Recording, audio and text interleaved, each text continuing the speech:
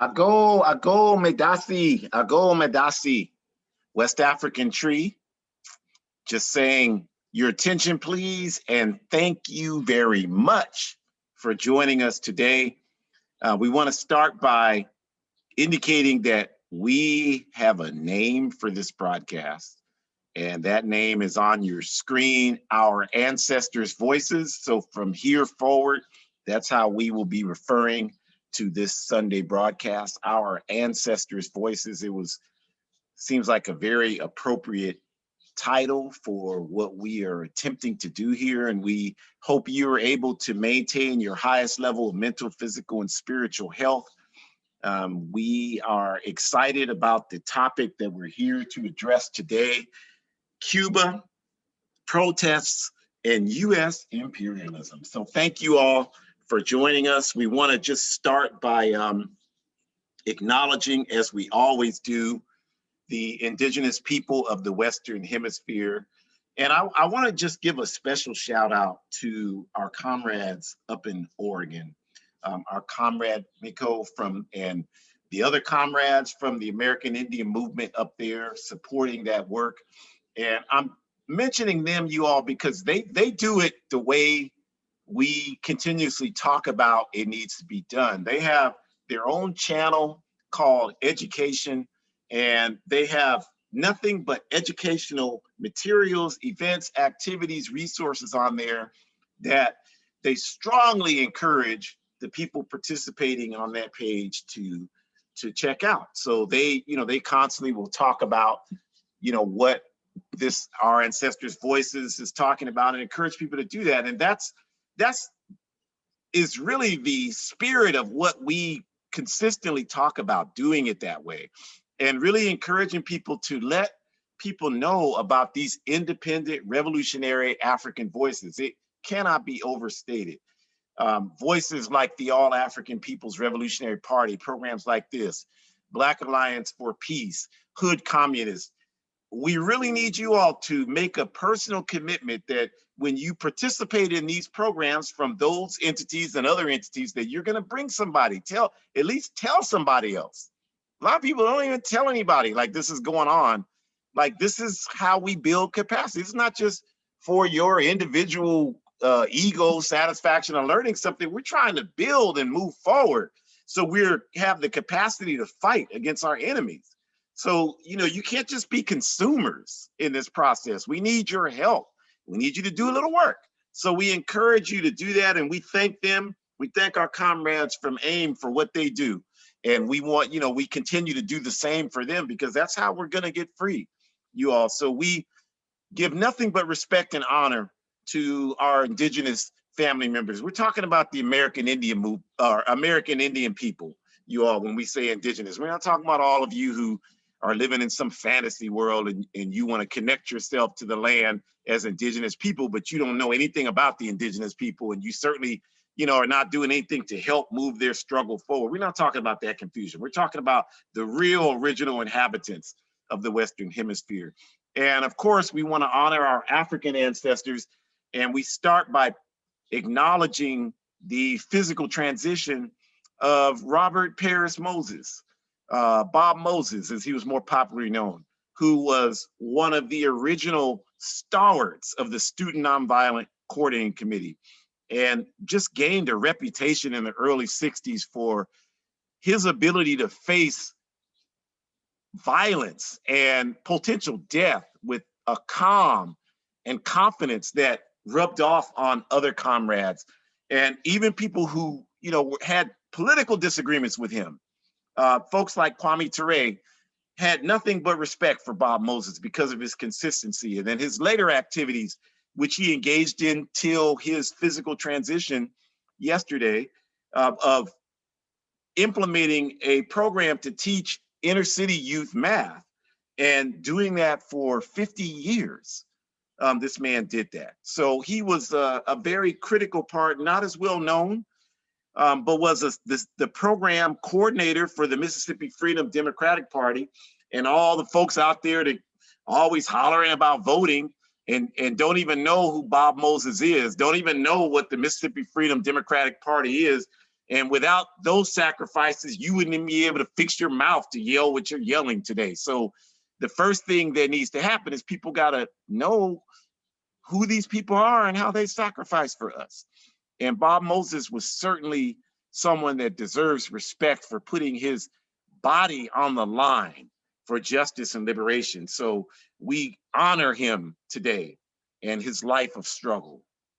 And so we're glad that you're here for this session.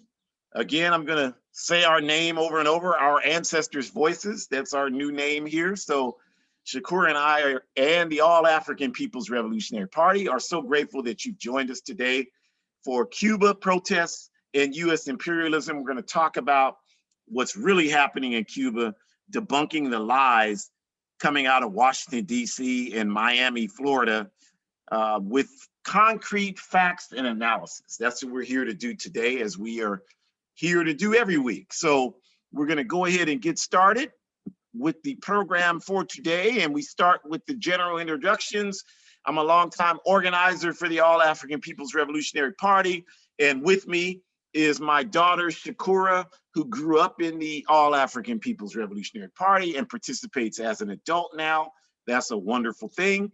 And going back, we talk about the objective of the A-APRP is Pan-Africanism, one unified socialist Africa. And our strategy on the right, Kwame Nkrumah's Handbook of Revolutionary Warfare, uniting with all Pan-African formations on the ground in Africa to build a worldwide fighting force to achieve Pan-Africanism.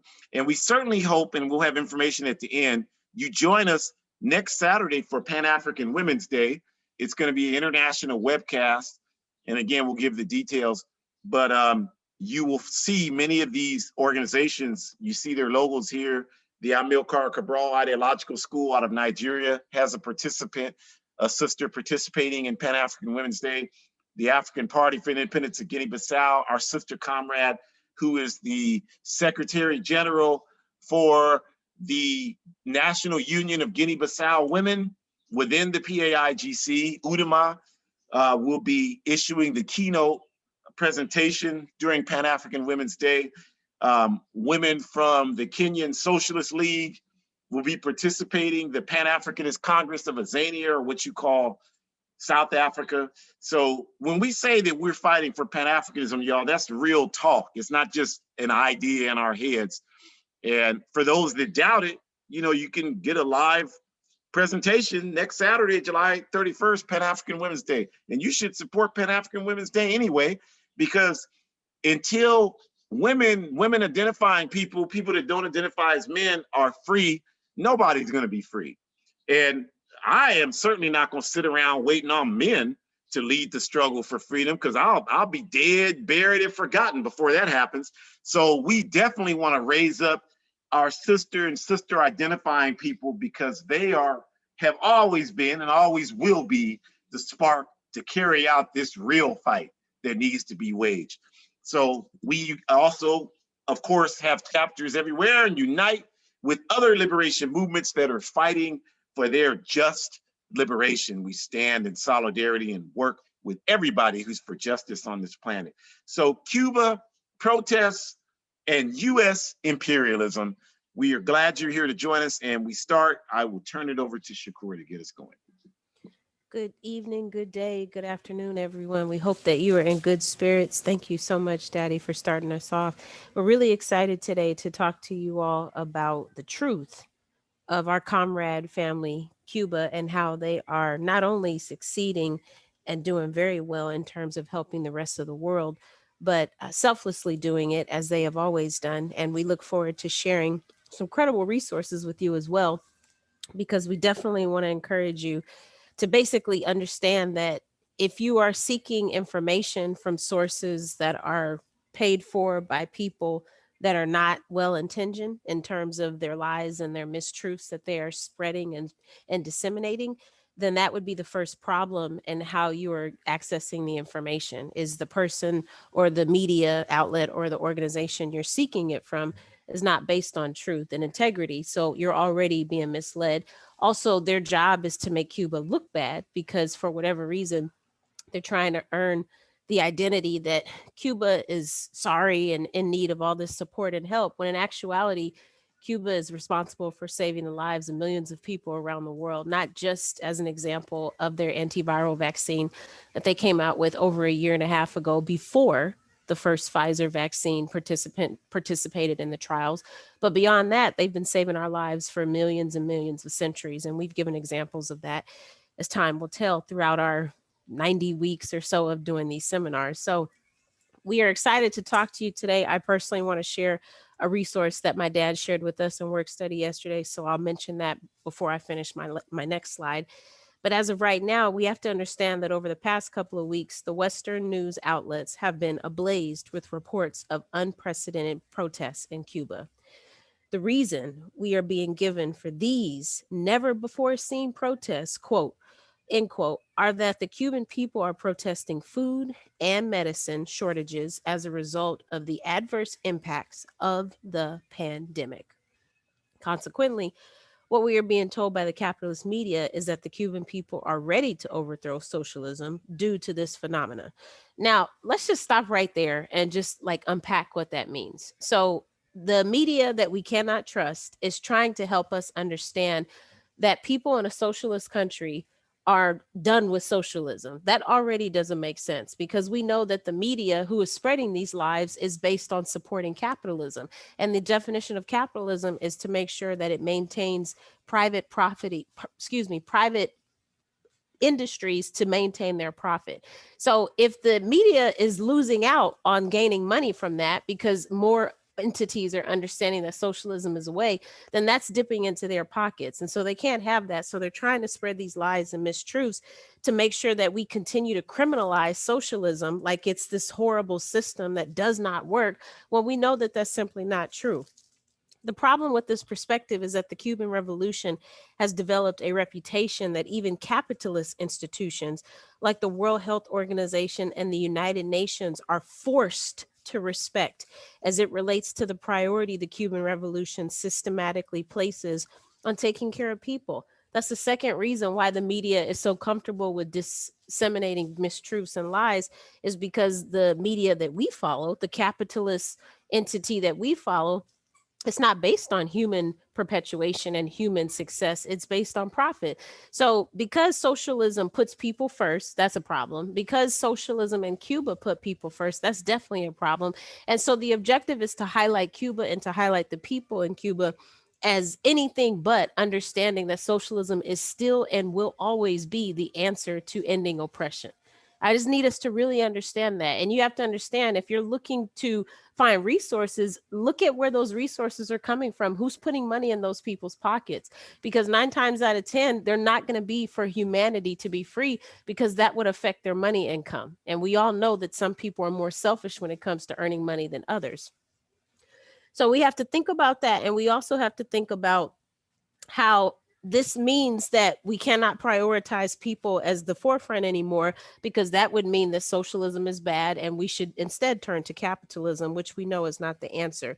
So, in other words, before and during the pandemic, all healthcare in Cuba is free, not just because of COVID-19. This has been the situation since before I was born. And I'm talking about, I'm in my mid 30s now. So this has been a consistent thing that Cuba has offered. My dad gave this example a couple of times about, wow, the last time he went to Cuba, he had some dental issues and was able to get a very severe I can't remember the exact procedure, but he's mentioned it in the seminars. But it was a very severe procedure where there was a need to put him to sleep, and there was some treatment and medication recovery afterwards, and he paid nothing for it. And then he had a similar situation a couple of months ago, and they're still asking him for money after the fact. Not to mention the fact that he does have insurance, and he has good insurance at that. So just think about how Cuba has done that countlessly for people. Think about how they train their doctors to send doctors around the world to make sure that people have access to medical care in rural communities where they have hospital deserts, or communities where they don't even have insurance because they can't even think about what that looks like. Think about the fact that Cuba trained all these doctors when the pandemic first started, and sent these vulnerable essential doctors to communities where the rates were the highest, to help people and to make sure that more people didn't die from COVID. That's the community we're talking about, where they are willing to put their lives on the line, not once, not twice, but for thousands of centuries to make sure that people have what they need. That's amazing. And we have to make sure that we understand that because they have come to our rescue so many times, as my dad said it yesterday, it's time for us to stand up and come to their rescue and to help them out. So we know that healthcare in Cuba is free. There is one doctor for every 100 people in Cuba. This is in comparison to the one doctor for every 1,500 people in the United States. And those 1,500 people still have to have money to see the doctor in this country, something that is not required under any circumstance in Cuba. Whether you need a root canal, heart surgery, diabetes care, cancer treatment, it doesn't matter. All of it is free. Every single thing that you could look for. If you have physical therapy, if you need some type of mental health services, if you are interested in OBGYN services, if you're interested in artificial insemination services, whatever your thing is that you're interested in seeking care for, there's no cost for it. All of it is free. So with that type of institutionalized system, even with the shortage of medicines available in Cuba due to the 60 plus years of US economic blockade against Cuba, it seems more than logical that most people in that country would have the patience with their health systems, and they also have the foundation and the trust because their health system has not stirred them wrong in their whole entire life that they've lived in Cuba. Even when it's been hit hard by the pandemic, their healthcare system is still thriving so much better than what we have here in the US. Not to mention, let's think about how Cuban doctors treat one another, right? Like, let's think about how they treat one another. And let's also think about how they probably already have an idea of what patient centered care looks like because they value their patients and what they want their patients to be healthy. They're not interested in making sure that they give their patients whack medication prescriptions that really enhance the sickness so that they can continue to come back and make profit off of that. No, they actually do not want you to come back to the doctor. Like, that's a idea that some of us have never even fathomed before because it's impossible to think about that. We are so confident in understanding that our quote unquote chronic illnesses or chronic diseases are just going to always be a part of our life because that's what our doctors have told us. If our doctors are even listening to us, because listening is not something that is very common, again, in US healthcare systems. And now we're starting to dabble into what my dissertation is about. So I've done a lot of research on understanding that communication is key to how doctors give care in the US. And it sucks, for lack of a better term. But not in Cuba. They don't even understand what that looks like because they know how to value people in Cuba. We would argue that what makes people most upset with healthcare systems is not that people get sick, but that once that happens, if you don't have proper resources, income, finances, things of that nature, you cannot get the treatment you need despite all the resources and people required to provide that treatment being physically available. In Cuba, the people are available and working overtime to help with people when they have sickness and they have treatment needs and whatnot. And that's very little for the most part because we still understand that they still have systems in place to actually manage their pain, manage their treatment. So again, they're not interested in having you come back every week. They're trying to really figure out what's the foundational problem so that we can address it and make sure that you don't have to invest your energy, time, and mental health coming back again and again and again for more tests because that's not benefiting you. It's actually increasing your sickness. And our goal as providers is to really make sure that you have what you need so that you don't have to come back to us. What an amazing concept. Just imagine if other countries adopted that. Do you have any idea how much healthier everyone would be? It's fascinating when you really think about it. This is public health right here. Cuba is clearly understanding that public health is the key. They understand that. Cuba, the people are available and working overtime to help people with what they have, which is very little. But still, to tell us that people are attacking the system for this, it just doesn't make sense. Next slide. Okay, so the other primary reason being provided for the reasons behind all of these alleged protests has been people in Cuba are upset about the struggles of their national socialist economy, i.e., the inability to provide food, resulting in a rampant starvation. This is very strange. This is a very strange allegation because even according to the imperialist controlled institutional data, such as that released by the United Nations, there is no evidence that Cuba's economy is less capable, even in its present state, to provide for its people in the ways that neighboring Caribbean countries can only dream of. For example, infant mortality rates in Cuba are not only much lower than that of any other country in the Caribbean, but they are lower than those in every major city within the US.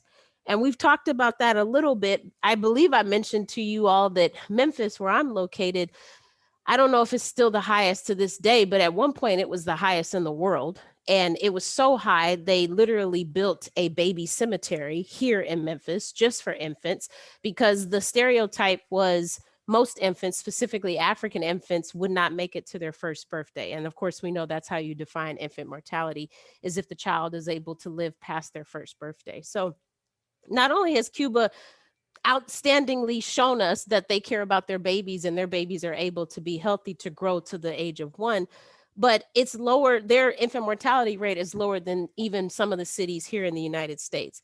The socialist Cuban society provides food subsidies to its people every month, such as rice, grain, coffee, etc., as supplements to incomes people earn.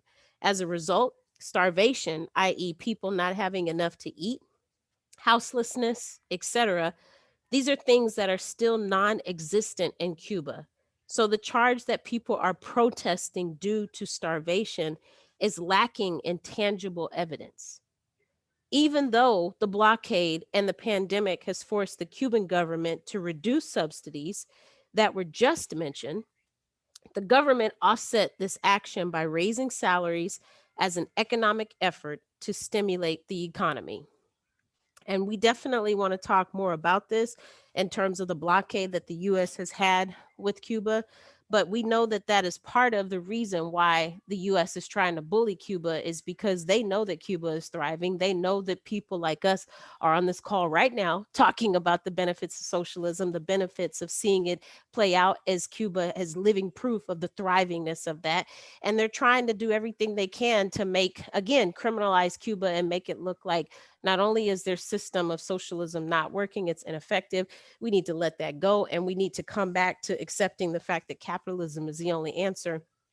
And we need to continue to make them be fearful of that, because we need to continue to be critical and understanding that not only has socialism worked in Cuba, but Cuba has shown us time and time again that there is always another way out. Capitalism is not the only answer. And if you'd like more information, because again, you're sick of following Fox News, or you're sick of following CNN, or maybe you're sick of following Twitter because you're still following a person who still has the interests of Fox News in their pockets, again, their information is not being given to you with integrity, then you can visit the website www.g as in goat, R as in ram, A as in apple, N as in Nancy, M as in major, A as in apple.org. And that should take you to a very credible website that is already translated in English, even if you have Spanish as your first speaking language. Hopefully, you are able to convert if you need to. But for those of us that have been colonized to speak English, it's already translated for us. And this is one of the websites that the party has listed on their international website, as well as where we go to find our resources when we talk about issues that are affecting our comrade family organizations that we are in solidarity and support of. Thank you all so much. And let's continue to stand up for Cuba and continue to stand up for socialism. It takes a very brave person to speak out in a crowd and to say that you are in fact a socialist and you do in fact support Cuba. But if you do that, and if you have facts to back up why you're saying what you're saying, then you're able to really show people that there's a new way. And I think it's more than time for us to start allowing people to understand capitalism is crumbling and we don't have to follow it anymore. It never worked from us to begin with, and it wasn't created for poor people. Let's keep that in mind.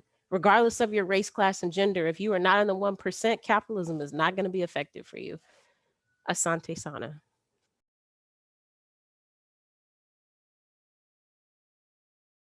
Thank you very much, Shukura. Thank you, thank you, thank you, thank you. And we are going to continue. We're going to break down some data about what's really going on in Cuba. But before I do that, you all, I just want to build on what Shukura just said. So grandma.org, that is the official news organ of the Cuban society. So that's their official news organ. And people should be looking at that first. If you have never heard of grandma and you haven't looked at it before, you don't know anything about Cuba. Okay, you might have gleaned some stuff from some people who wrote something or whatever that had integrity, but if you didn't do that, then it's going to be limited what you know, because that's them talking about the work that they're doing. And how do you understand what they're doing and you haven't even gone to the source?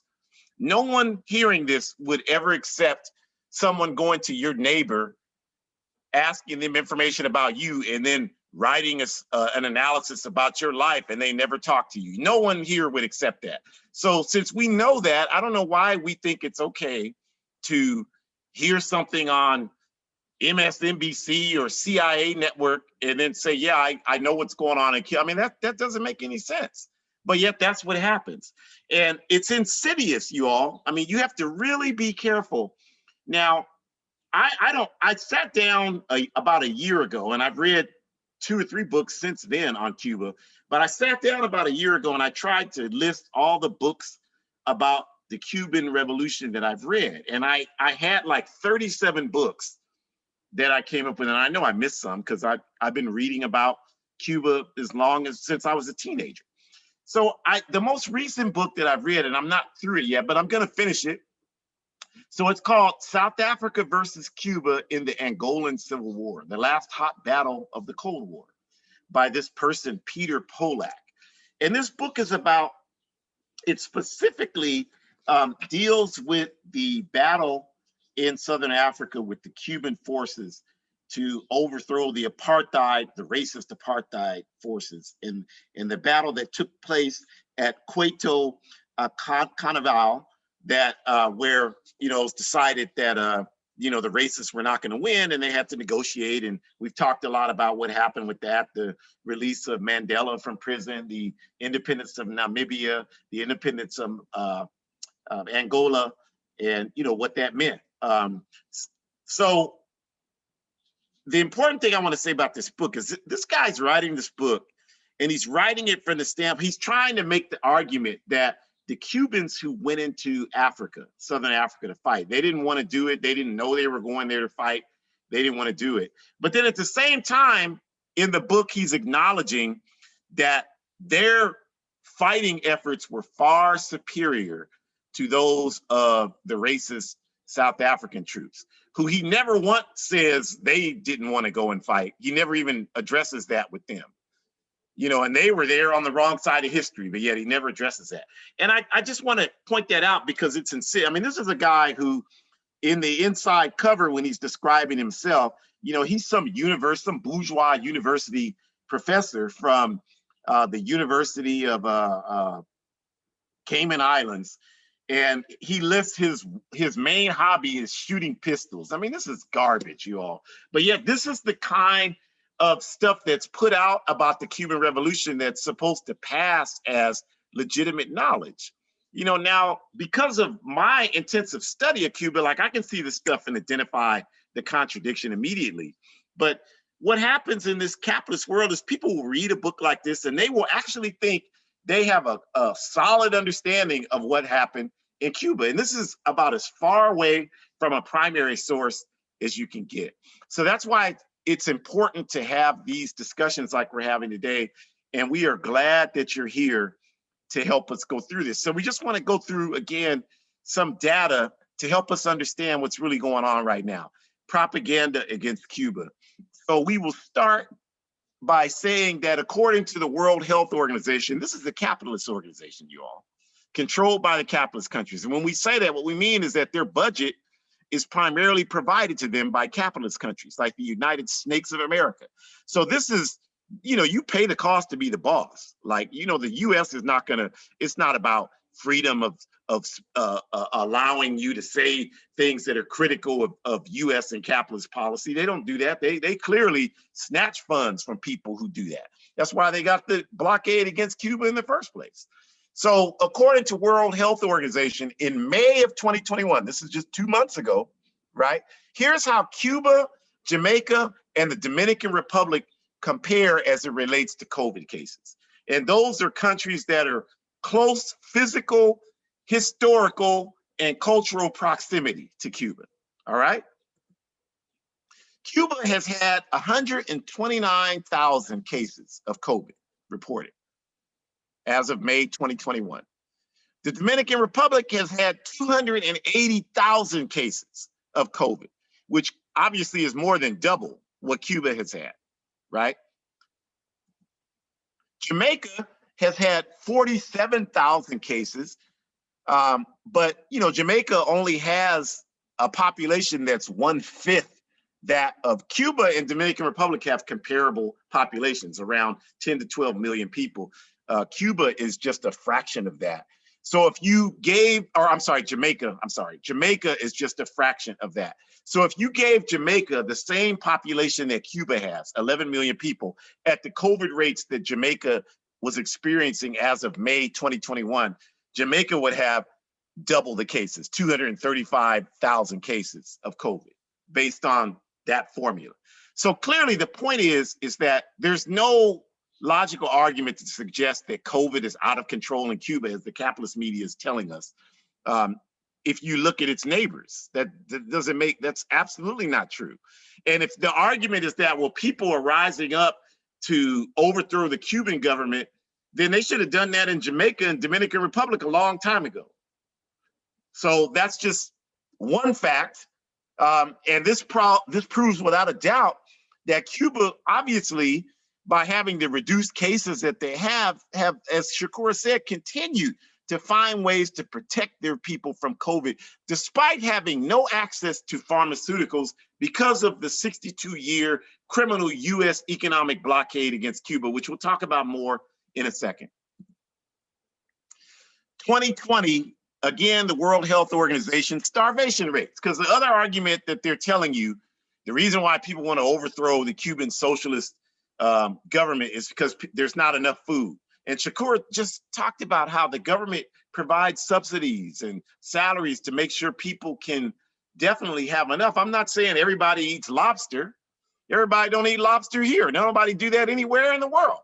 But the point is that they provide, based on their limited resources, they make it a priority to ensure everyone has enough so that starvation is never an issue.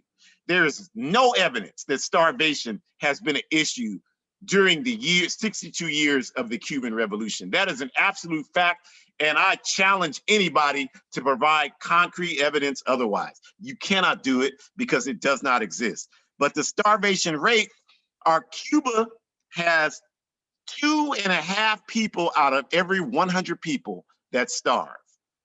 That, friends, is the best starvation rate on the planet Earth right now. Okay, in comparison, the Dominican Republic has 6 out of 100 people starved to death. Okay, Jamaica has almost 9 out of 100 people who starved to death. Haiti, and this is, Haiti is under extreme attack. And so I didn't even list Haiti's COVID numbers because they're very high, right? But for starvation, Haiti has almost half the people who suffer from starvation because of the attacks the Haitian people are under, right?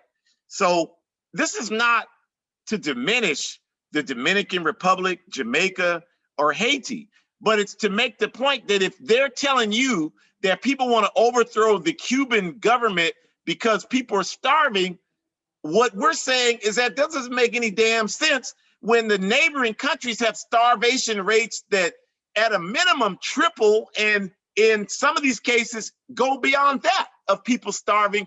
And nobody is talking about anybody in any of those countries overthrowing those governments.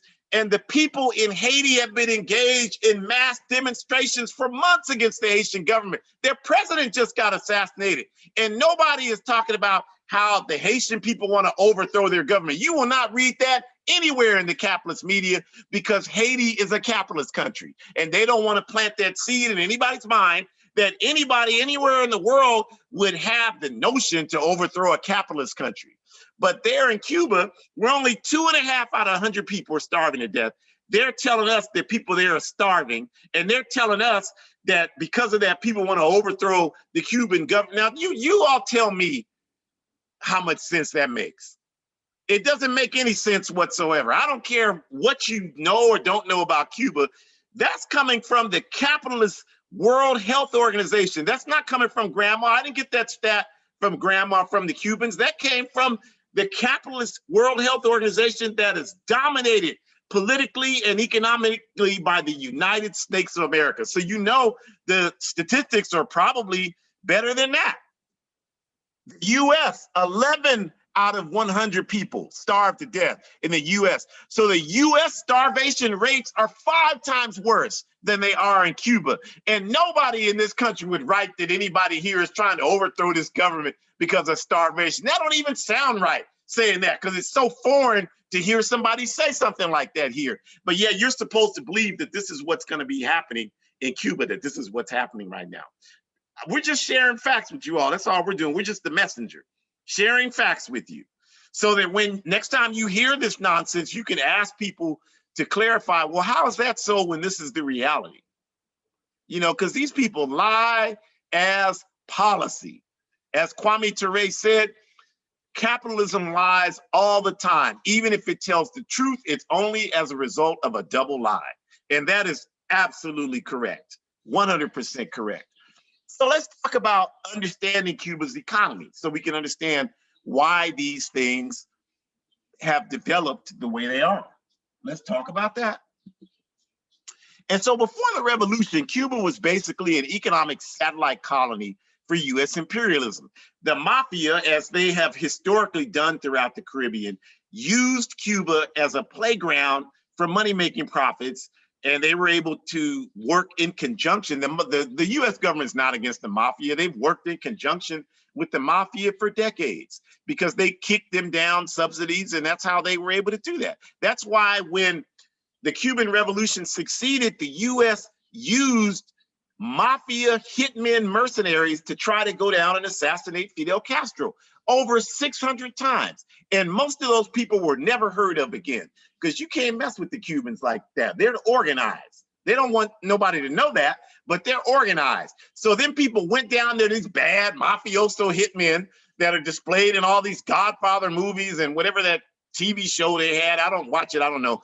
But they want to make you think nobody's more dangerous than these mafia hitmen. I'm telling you, dozens of these clowns went down to Cuba trying to assassinate Comrade Fidel Castro and have never been heard from again. That's a fact. So they used Cuba as an economic satellite. The Tropicana Hotel right there on the Malecon in Havana, I've been there, where Ricky Ricardo played, right? That's what they told you in the I Love Lucy series. That was basically where people went to gamble, to get drugs, to spend money with sex workers, and that was what Cuba was before the revolution. But the revolution came about, and they went away from that. They made Cuba a government of the people, to build a people-first society, as Shukura mentioned. And in 1962, Cuba publicly declared that they were pursuing a socialist path. And it was from that point forward that they became bitter enemies of US imperialism. They didn't like the revolution from the beginning because they know what they're doing in these countries. And they know when there's a revolution that obviously means people in the country are disagreeing with US puppet strategies in their country. So they knew that in 1959. But once they declared that they were pursuing a socialist path, then that's when the US implemented its blockade against Cuba officially.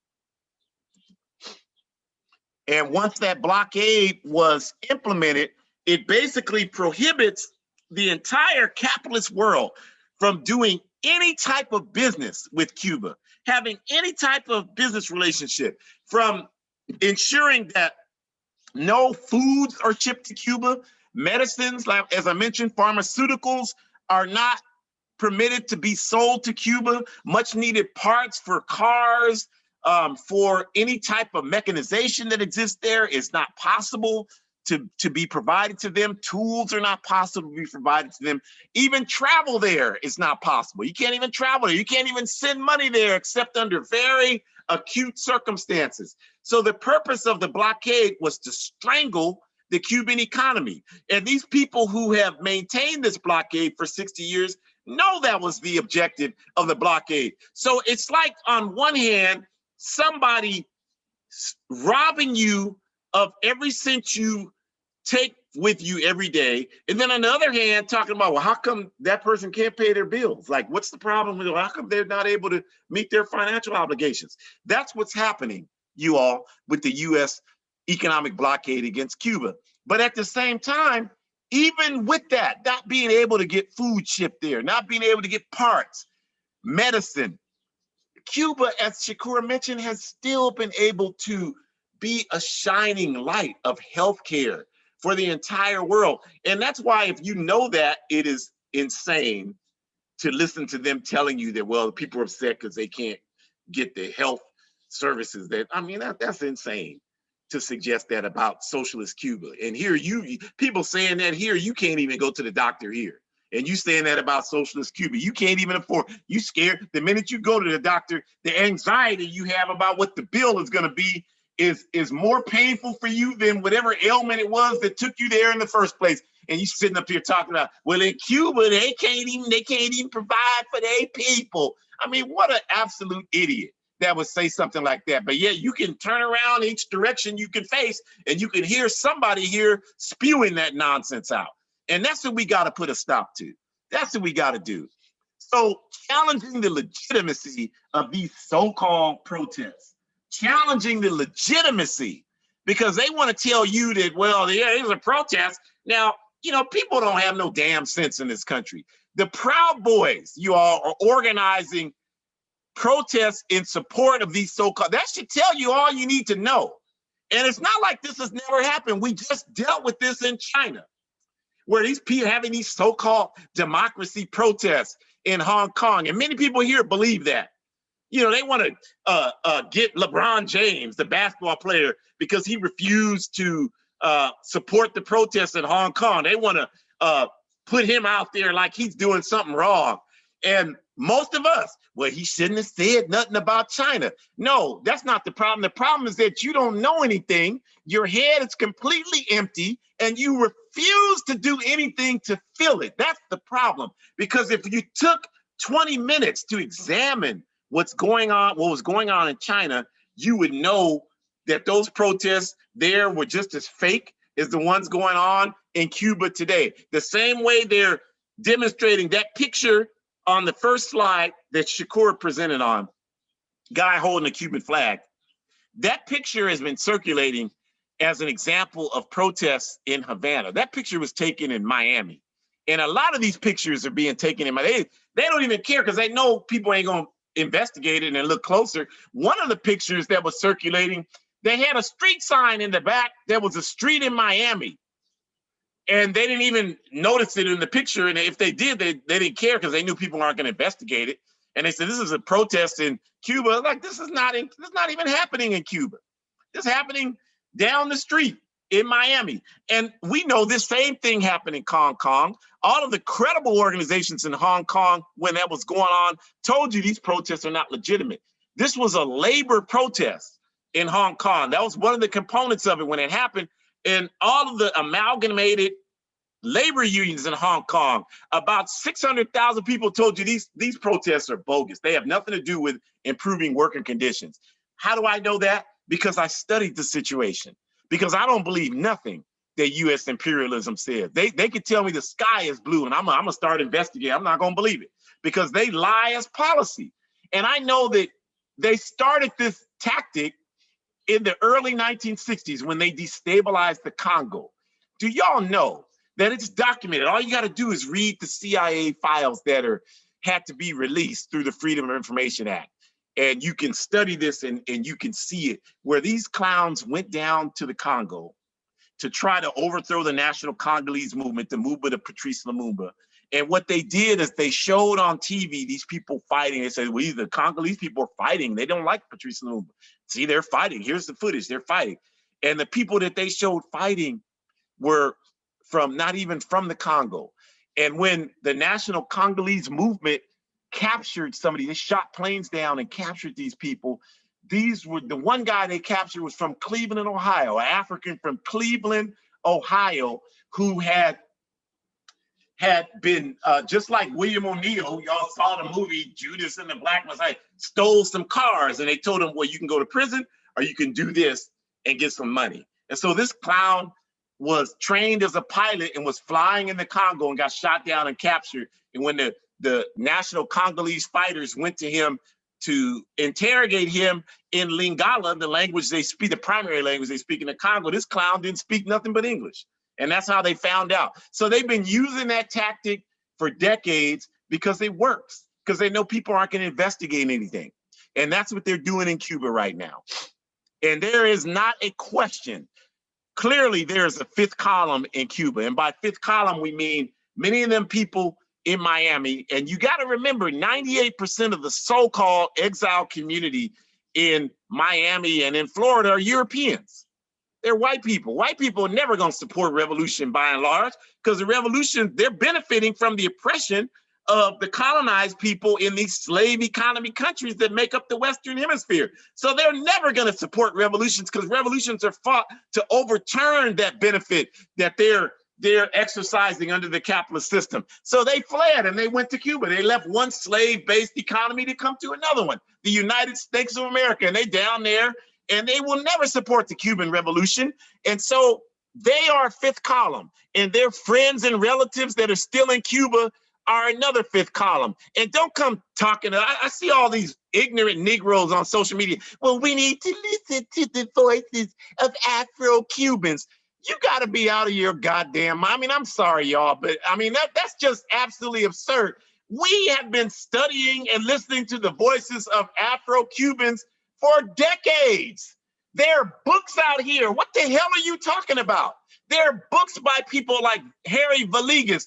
This African, Pombo was his nickname. This African was Che Guevara's bodyguard. He fought in 4 countries for socialism. He fought in the Cuban Revolution. And then he went to the Congo and fought in the Congo. Then he went to Nicaragua and fought there. Then he went to Angola and fought there. And the brother wrote books about it and then went around speaking about it. And then there's Brother Drake, Victor Drake Cruz, that led Cuban military missions in Africa. If he was what you say he was, he would have defected when he left Cuba. But he's in Cuba today after leading countless military missions against the imperialists in Africa. He's written a huge book talking about his efforts to fight for worldwide peace and justice on behalf of oppressed people of the world. There are so many people, Juan Almeida, there's so many Africans from Cuba who have written. I mean, this is absolutely absurd. We got to listen to Afro-Cubans. What those people are really saying is we need to listen to these random idiots like them who don't have a clue what's actually going on, but just because their skin is black, I'm supposed to, I mean, get away from me with that nonsense. Don't be close to me when you say that, because I might spit on you. That's so absurd. And it's so disrespectful. So if you think I'm being disrespectful, I'm doing exactly what they're doing, because we're going to fight fire with fire. You can't deal with these people with integrity. They don't have any. You always lose if you try to do that. You got to deal with them the way they understand. So yeah, if you say that to me, you're going to get spit on. I'm going to tell you that right now. And I ain't gonna apologize to you. And I hope you get mad and want to do something, because then we can take it to the next level. That's how I feel about this, because I know who my friends are and I know who my enemies are. And you the enemy if you saying that kind of stuff. I don't care who you are or where you are or what you think you know. You're an unconscious tool of our enemies if that's the rhetoric that you're promoting.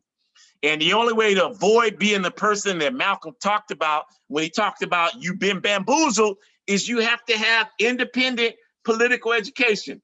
These Negroes on social media, listen to the African. No, they ain't read one damn book about Cuba, ain't been to Cuba, don't know anything. Only reference they got is some clown that skin is black, that got a degree from UC Berkeley.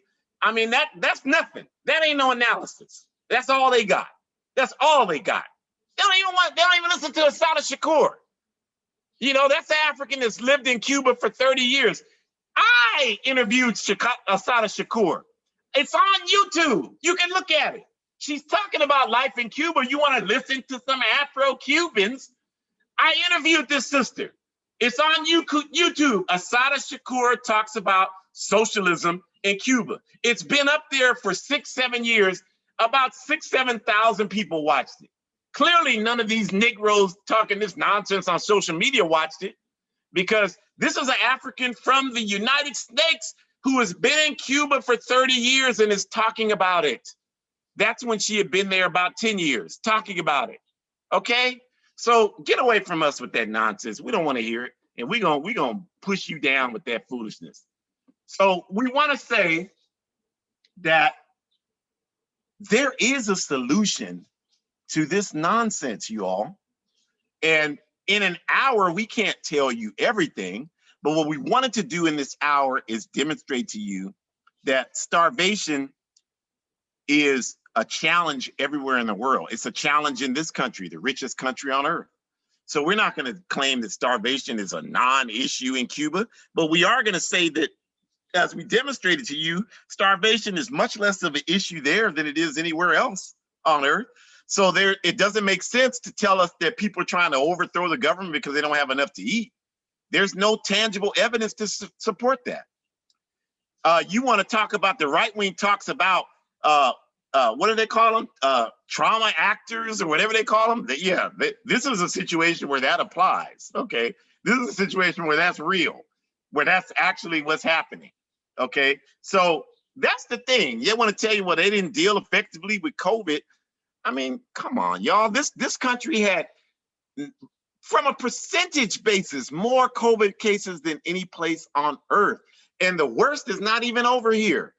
And yet some people will allow these people to judge how somebody else, I mean, come on, I don't even understand how your brain could allow you to do that. I mean, that just doesn't make any sense to do that. So the way we combat that is we have so many resources here to help you understand a different perspective. And we strongly want to encourage you to use these resources. And not only you individually, we want to ask you to reach out to at least one other person and get them to participate. Because if there are 200 people listening right now, that's usually about somewhere around where it is. And if each of you talk to, this is 400. And they talk to somebody, that's 600. And then we can begin to have enough people getting healthy knowledge so that we can change the narrative. That's how we're going to do it. But as long as only a few people are doing the work and you just consuming what they produce and then you're not doing anything with it, then that's a criminal thing. We're not able to build capacity and move forward. So we need your help. Make it a goal of yourself to talk to somebody. If you don't know anybody you can talk to, then stand out in front of a supermarket and introduce yourself to somebody and tell them about all these resources. That's the lead. You got to do that. You can't be talking about, oh, I can't do that. Why can't you do that? What are you doing then if you're not doing that? So you got to do that. Get off your behinds and get out and talk to somebody. That's what we need you to do. Serious talk, serious business. So we got a ton of resources here. So we're just going to spend the last couple of moments talking about things you can do to combat this. So the first one, again, we've got our new name, Our Ancestors' Voices. We want to invite you to join us next Sunday, August 1st, 4 to 5 p.m. Pacific time, honoring Pan-African Women's Day and a tribute to Mauina Coyote. Very important program. Saturday, July 31st, the flyer there in the middle-ish of the page. We have a Pan-African Women's Day event. You can go to the site, AAPRP-intl.org, and you can get more information about how to join on Saturday. We encourage you to do that because we will have representatives from our Pan-African sister parties, as I mentioned at the beginning, from Kenya, from Nigeria, from Guinea-Bissau. So we ask you, and from Azania, or what you call South Africa. So we ask you to participate with us on Saturday. And then on Sunday, Shukura and I are going to pay honor to that program.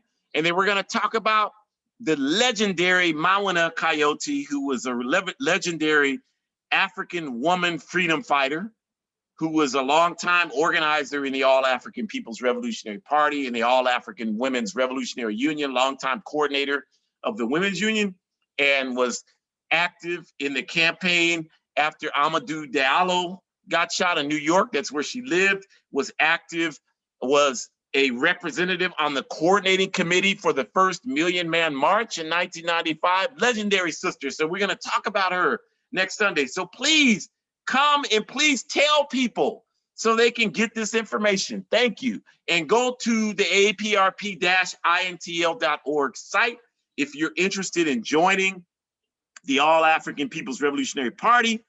If people are doing that, we appreciate it.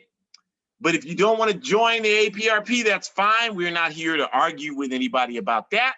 We tell you to join the Black Alliance for Peace. We tell you to join the Nation of Islam, to join Cooperation Jackson, the Malcolm X grassroots movement, to join any organization working for justice. Well, I don't want to join none of them organizations because they ain't strong enough for me. Then you got a responsibility to start the Ain't Nobody Strong But Me organization and organize that for justice. Do that. And we'll even help you do that. I don't want nothing to do with the APRP. Okay, but you're going to need a political education program for your Ain't Nobody Strong Like Me organization. So we'll help you build it, even though you don't want to do nothing. As soon as we help you build that, you ain't never got to talk to us again because we're not trying to control anything. We just want to get free. And we know that we can't do it by ourselves. If we could, we certainly wouldn't be wasting time talking to some of these people out here. So we need everybody to do it, no matter how irritating some people are. So we will help you build your program, even if you don't want anything to do with us. So go to aprp-intl.org. You can go to abetterworld.me to get more information. Every one of these videos, you want to tell people to watch this because you want to be like, you go watch this so you can make fun of those people. That's fine. People do that all the time. But you can see all of these videos are housed at abetterworld.me. It's an easy place to go find all of them. So you can go there. There's articles there. Please donate. We used all proceeds to help organize revolutionary struggles. So we appreciate that.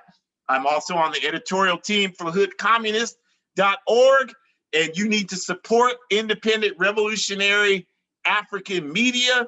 The comrades from Hood Communist, my comrade Erica from Black Alliance for Peace, Salifu Mack from Black Alliance for Peace, my comrade sister Onya Samu from the APRP and AAWRU put in a lot of work, you all.